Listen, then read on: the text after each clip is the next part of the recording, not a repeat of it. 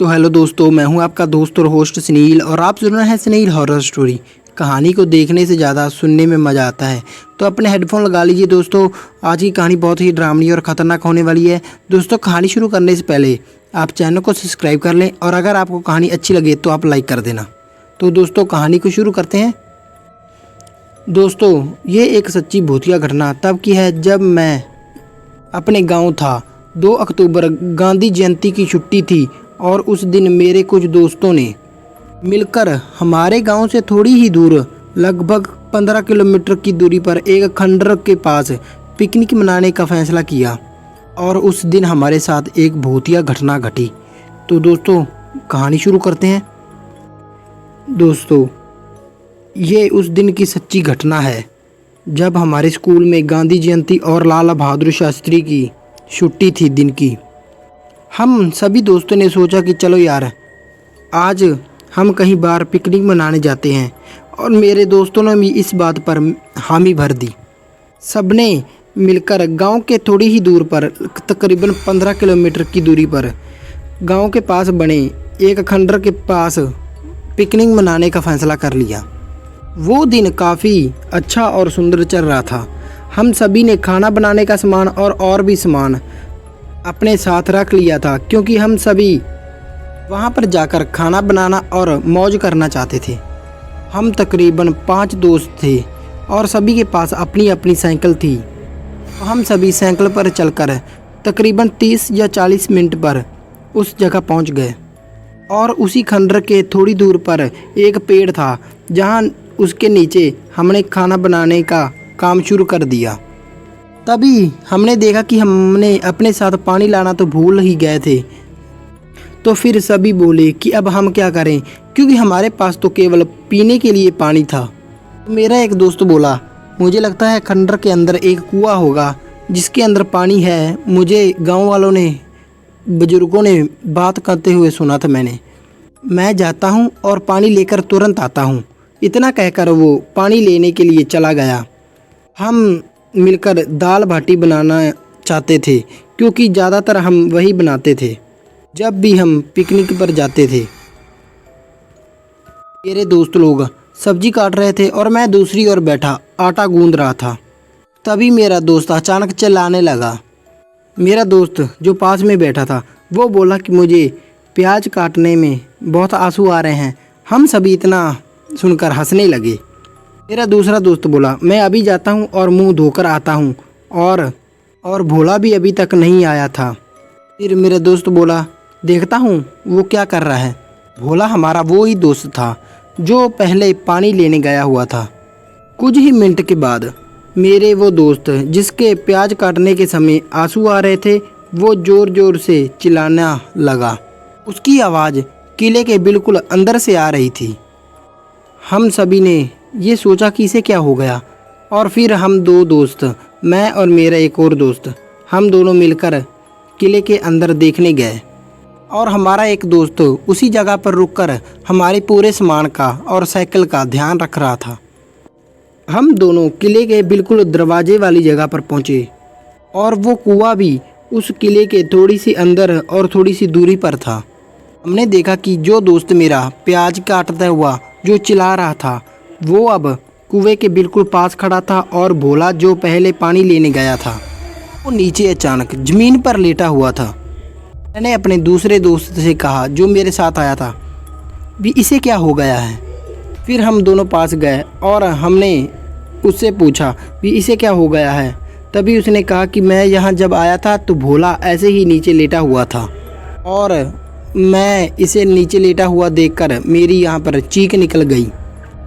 हमने पानी की कुछ छोटी बाल्टी से कुएं से पानी खींचा और अपने दोस्त के मुंह पर पानी मारा, उस पर छींटे डाली और उसे होश आ गया।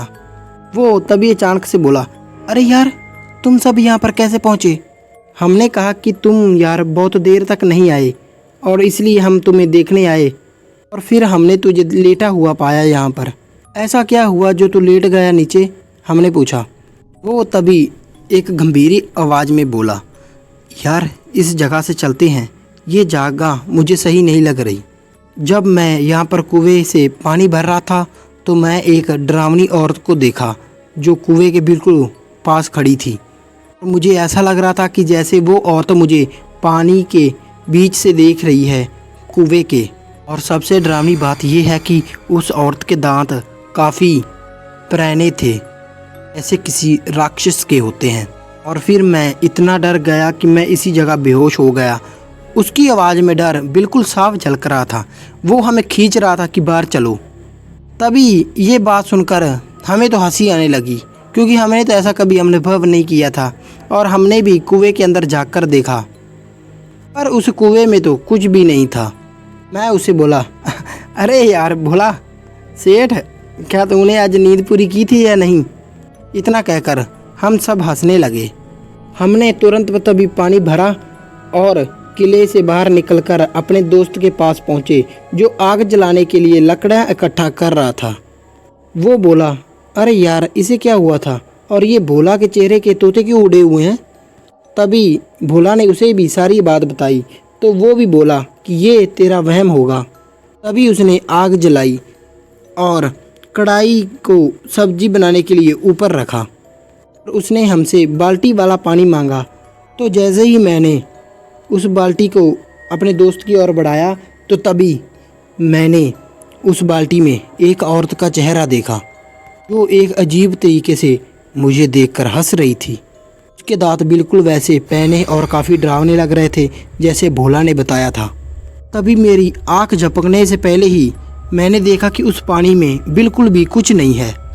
और जैसे ही मैंने वो बाल्टी अपने दोस्त को दी जो कढ़ाई आग पर रख रहा था, उसने एक झटके में कहा, अरे यार इस बाल्टी में तो पानी ही नहीं है। ये सुनकर हम चारों दोस्त बाकी के उस बाल्टी में देखने लगे, और सच में उसमें पानी एक बूंद तक नहीं था। हम सभी सच बताएं काफ़ी चौंक गए थे, क्योंकि हमें नहीं पता था कि ये सब क्या हो रहा है।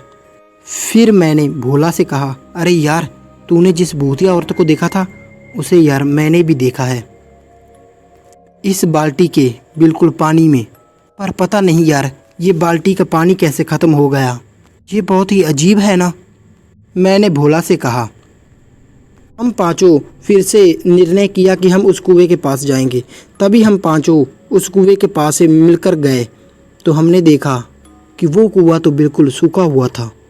हमने सोचा कि पहले जो हमने पानी भरा था तो फिर वो कहाँ से आया था। भोला अब घबरा गया था। उसने बोला कि यार अभी हमें यहाँ से जल्दी निकलना चाहिए, ये जगह बिल्कुल भी ठीक नहीं है। और हम सब इतना सुनकर अपना सामान लेकर वहाँ से निकल गए। मुझे आज भी समझ नहीं आता कि उस दिन हमारे साथ क्या हुआ था। मैं इस बात से खुश हूँ कि हमें कुछ नहीं हुआ। अच्छा हुआ कि हमने उस कुएं का पानी पिया ही नहीं था। कुछ दिन उसके बाद भोला भी बीमार रहा और फिर वो भी ठीक हो गया। और अब जब भी हम उस किले वाली घटना को याद करते हैं तो डर के मारे बिल्कुल सहम जाते हैं। दोस्तों पता नहीं वो क्या था, वो औरत कौन थी और पानी कैसे सूखा हुआ था, पर एक बात ज़रूर थी, उस जगह पर कुछ ना कुछ ऐसा था जो इंसानी समझ से परे था। तो दोस्तों अब हम करते हैं दूसरी कहानी शुरू। ये बात उस समय की है जब मैं 14 साल का था। मुझे ना फ़िशिंग सीखनी थी, तो मैंने अपने बड़े भाई से कहा कि मुझे फ़िशिंग करना सिखाओ। वो मुझे से 3 साल तकरीबन बड़ा था। वो तभी बोला, ठीक है हम इस संडे कैंपिंग करने चलेंगे। मेरे भाई ने 3 दिन तक की कैंपिंग की ट्रिप की योजना बनाई। मैं बहुत खुश था, क्योंकि एक तो मुझे फ़िशिंग करना सीखना होगा और दूसरा मुझे कैंपिंग में जाने का मौका मिलेगा। रविवार का टाइम था। दिन के समय मेरे भाई ने सारा कैंपिंग का सामान इकट्ठा किया और हम दोनों भाई कार में बैठकर हमारे गांव की पास ही की पहाड़ी की तरफ निकल गए। रास्ते में मेरे भाई के 2 दोस्त भी कार में बैठ गए, क्योंकि वो भी हमारी कैंपिंग का हिस्सा बनने वाले थे। कुछ तकरीबन 1-1.5 घंटे के बाद हम चारों उस पहाड़ी के पास पहुंच गए। वो जगह जहाँ पर हम गए वो काफ़ी सुंदर थी, क्योंकि तभी सर्दियों का सीज़न धीरे धीरे को पास आ रहा था और अब हल्की हल्की ठंड भी पड़ रही थी। ऐसे तभी मेरे दिल में आया कि कैंपिंग के लिए सर्दियों का मौसम बिल्कुल सही होता है। क्योंकि भारत में काफ़ी समय गर्मी पड़ती है और काफ़ी मज़ा सारा किरकिरा पड़ जाता है। चारों तरफ घने पेड़ और पौधे थे। उसके पास ही एक जगह थी जहाँ पर नदी थी। उस पर हम फिशिंग करने वाले थे। हम सब ने मिलकर 2 टेंट लगाए। पहले टेंट में मैं और मेरा भाई रहने वाले थे और दूसरे टेंट में तो वो दोनों।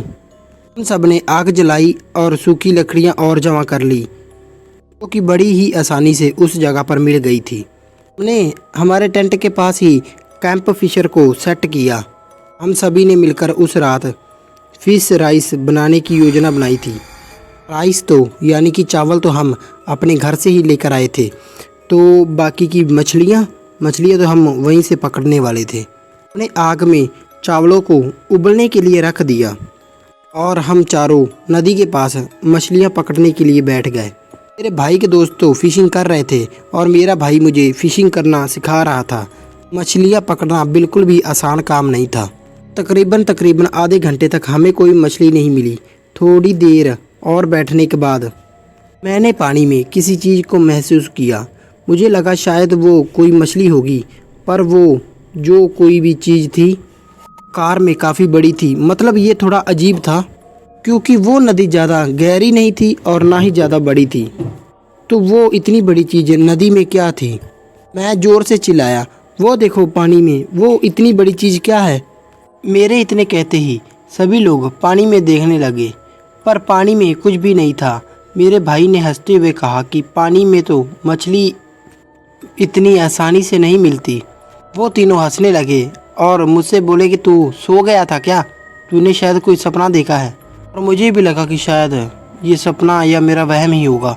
मेरा भाई हंसते हुए बोला कि मैं चावलों को देख कर आता हूँ, कहीं यार सारे चावल जल ही ना गए हों। मुझे ये मन में ही चल रहा था कि मुझे काफ़ी अजीब लगा कि शायद मैं सच में सोया हुआ या मेरी नींद नहीं पूरी है, इसलिए मुझे भ्रम हो रहा है। थोड़ी देर बाद मेरा भाई आया और उसने हम सब से कहा कि चावल उबल गए हैं, मछलियाँ मिली कि नहीं अभी तक। सभी ने ना में सिर हिलाया। वो भी हमारे पास आकर बैठ गया और हमने फिर से फिशिंग करना शुरू कर दिया। थोड़ी देर बाद हमने कुछ मछलियाँ पकड़ी और उसे हम कैंप में ले जाकर भूनने के लिए तैयार करने लगे। उस समय थोड़ी शाम भी हो गई थी और अंधेरा भी होने लगा था, जिसके कारण हमने आग में ज़्यादा लकड़ियाँ डाल ली थी ताकि आसपास थोड़ा उजाला रहे। ऐसे तो हमने रोशनी के लिए टॉर्च और मोमबत्तियाँ भी लेकर आए थे, पर हम सभी प्रकृति के द्वारा चीज़ों जो दी गई थी उसके साथ ही रहना चाहते थे। चावल तो बन गए थे और मछलियाँ भी भूनने के लिए आग के सामने रखी थी। उस समय हम सभी यानी कि हम चारों आग के सामने बैठे हुए थे। हल्की हल्की ठंड होने के कारण जलती हुई आग शरीर को गर्मी प्रदान कर रही थी। भी आसपास काफ़ी अंधेरा होने लगा था। मेरा भाई हमको बताने लगा कि वह जो जगह अब हम अभी कैंपिंग कर रहे हैं, इसके बारे में लोगों का ऐसा मानना है कि ये जगह श्रापित है और यहाँ पर एक शैतान घूमता है जो लोगों को गायब कर देता है या फिर अपने साथ ले जाता है। आज तक इस बात का पता नहीं चला। और भी उस शैतान के बारे में लोग कहते हैं कि और वो इस जगह पर लोगों को भ्रम में डालता है, अपने साथ कहीं ले जाता है और फिर वो लोग गायब की कैटेगरी में आ जाते हैं या कह सकते हैं गायब हो जाते हैं। ये बोलकर मेरे भाई के दोनों दोस्त हंसने लगे और उनके साथ मेरा भाई भी हंसने लगा, पर मैं चुप था। इसलिए नहीं कि मैं डर गया था, बल्कि मैं थोड़ा थका हुआ था। पर मैंने एक बात गौर की थी, जब से हम यहाँ आए थे मुझे किसी न किसी की इस जगह पर होने की आशंका हो रही थी। मतलब कि हम यहाँ 4 लोग आए थे, पर मुझे ऐसा लग रहा था कि जैसे हमारे अलावा भी यहाँ पर कोई है। खैर, हम सब ने खाना खाया और हम सभी अपने अपने टेंट में सोने के लिए चले गए। रात का समय कुछ 2 बजे के आसपास मुझे टॉयलेट मतलब बाथरूम जाना था, तो मैंने टेंट की चैन खोली और टेंट से बाहर आया। हमने जो आग जलाई थी वो बुझ चुकी थी। वो अब मेरे पास टॉयलेट करने के लिए आगे जाने के अलावा और कोई रास्ता नहीं था। मेरे पास अभी तो टॉर्च थी और मैं आगे गया और बाथरूम करने लगा। मैं जिस जगह टॉयलेट कर रहा था वो जगह उस तालाब से थोड़ी ही दूरी पर थी। तभी मैंने उस तालाब के पास हलचल सुना, जैसे कि वो आवाज़ मुझे ही बुला रही हो। मैं उस ओर टॉर्च करके देखने लगा कि अचानक से ये आवाज़ कौन कर रहा है। मैंने देखा कि पानी के अंदर कोई तो था जो डूब रहा था और वो अपने बार बार हाथ अंदर और बाहर पानी के कर रहा था। मैंने जब टॉर्च को उनकी हाथों की ओर किया जो भी आदमी डूब रहा था, तो मेरी तो हालत ही ख़राब हो गई, क्योंकि वो हाथ तो लग तो किसी इंसान के रहे थे, लेकिन वो बिल्कुल भी इंसान के जैसे नहीं थे। वो हाथ आधे जानवर और आधे इंसान की तरह लग रहे थे। मैं ये देखकर दंग रह गया। कुछ ही समय बाद पानी से आवाज़ आना बंद हो गई थी। मैं वही खड़ा देखकर हैरान हो गया। मेरी टांगें अब जगह पर उसी जम गई थी। मैं हिल नहीं पा रहा था। मेरी जगह पर अभी भी ऐसा लग रहा था कि जैसे धरती कांप रही हो या फिर मेरी टांगें। मेरी टॉर्च अभी भी उसी जगह पर थी, एकदम स्थिर, जहाँ पर वो आदमी या जानवर डूब रहा था।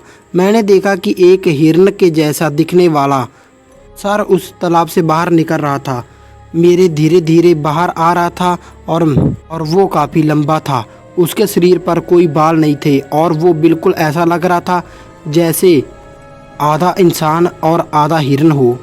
वो अब धीरे धीरे मेरी ओर आने लगा। उसका शरीर काफ़ी लंबा और चौड़ा लग रहा था और वो काफ़ी भयानक था। उसको देखकर मेरी तो जैसे चीख निकल गई। और कुछ ही समय बाद मेरा भाई और उसके दोवें दोस्त मेरे पास आ गए। मैं उस जगह पर बिल्कुल पुतले की तरह खड़ा था और मेरा शरीर बिल्कुल ऐसा जम गया था जैसे पूरे शरीर में खून नहीं हो। वो सभी मेरे सामने आकर बोलने लगे कि क्या हुआ, क्या हुआ। जैसे तैसे करके मैंने हिम्मत जुटाई। वैसे तो मेरी आवाज़ भी नहीं निकल रही थी, फिर भी मैंने मेरे भाई के सहारे हिम्मत जुटाई और बोला, वो देखो।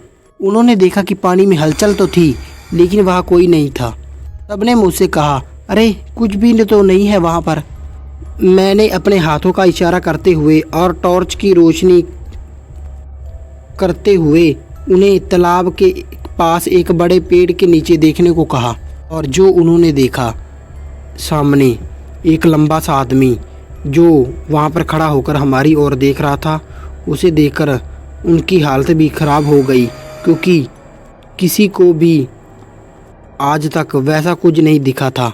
थोड़ी देर बाद वो अचानक से कहीं गायब हो गया। हमने तो बस पलक ही झपकाई थी और वो गायब हो गया। हम तुरंत कैंप की ओर भागे और हमने देखा कि कैंप के पास बड़े बड़े पैरों के निशान, वो कि बिल्कुल भी किसी इंसान के तो नहीं लग रहे थे। वो पैर काफ़ी बड़े और 3 नाखूनों वाले थे, मतलब कि वो हमारी कैंप वाली जगह पर भी आया था। हम सब ये देखकर वहाँ से तुरंत भागने लगे।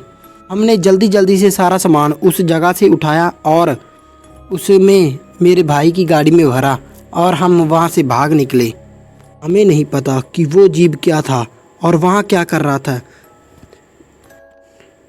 जब मैंने गाड़ी से पीछे मुड़कर देखा तो मैंने देखा कि एक आदमी जिसकी ऊंचाई तकरीबन मेरे जितनी थी, उसके हाथ में वही टॉर्च थी जो हमने वहाँ पर फेंकी थी और वो उसे चालू बंद कर कर देख रहा था। ये बात किसी ने भी किसी को नहीं बताई, क्योंकि हमें ही इस बात का पता नहीं था कि हमारे साथ आखिर हुआ क्या है। वो पक्के से एक सिंक वाल्कर थी, क्योंकि उसने किसी इंसान का रूप लिया था और वो रूप हम चारों में से ही किसी का था। शायद मैं उस दिन अकेला होता तो मैं ज़रूर मारा जाता, लेकिन हम उसके बाद उस कैंपिंग में कभी नहीं गए। हमारे साथ जो भी हुआ, हम चारों ने ये दिल में ही बात रखी। आज इस बात को 20 साल हो गए हैं और आज भी हम इस बात को याद करते हैं तो डर लगता है। तो दोस्तों, कैसी लगी आपको ये कहानियाँ दोनों? लाइक शेयर कमेंट करके ज़रूर बता देना और चैनल को सब्सक्राइब जरूर कर लेना। मिलते हैं इससे भी डरावनी और ख़तरनाक कहानी में, तब तक के लिए धन्यवाद। तो दोस्तों, अगर आपके पास कोई कहानी है तो आप मुझे रेकमेंड करें, मैं आपकी कहानी भी अपने चैनल पर डालूँगा। और कमेंट में बताना आप कहाँ कहाँ से हमारी कहानी देखते हैं। और तब तक के लिए धन्यवाद।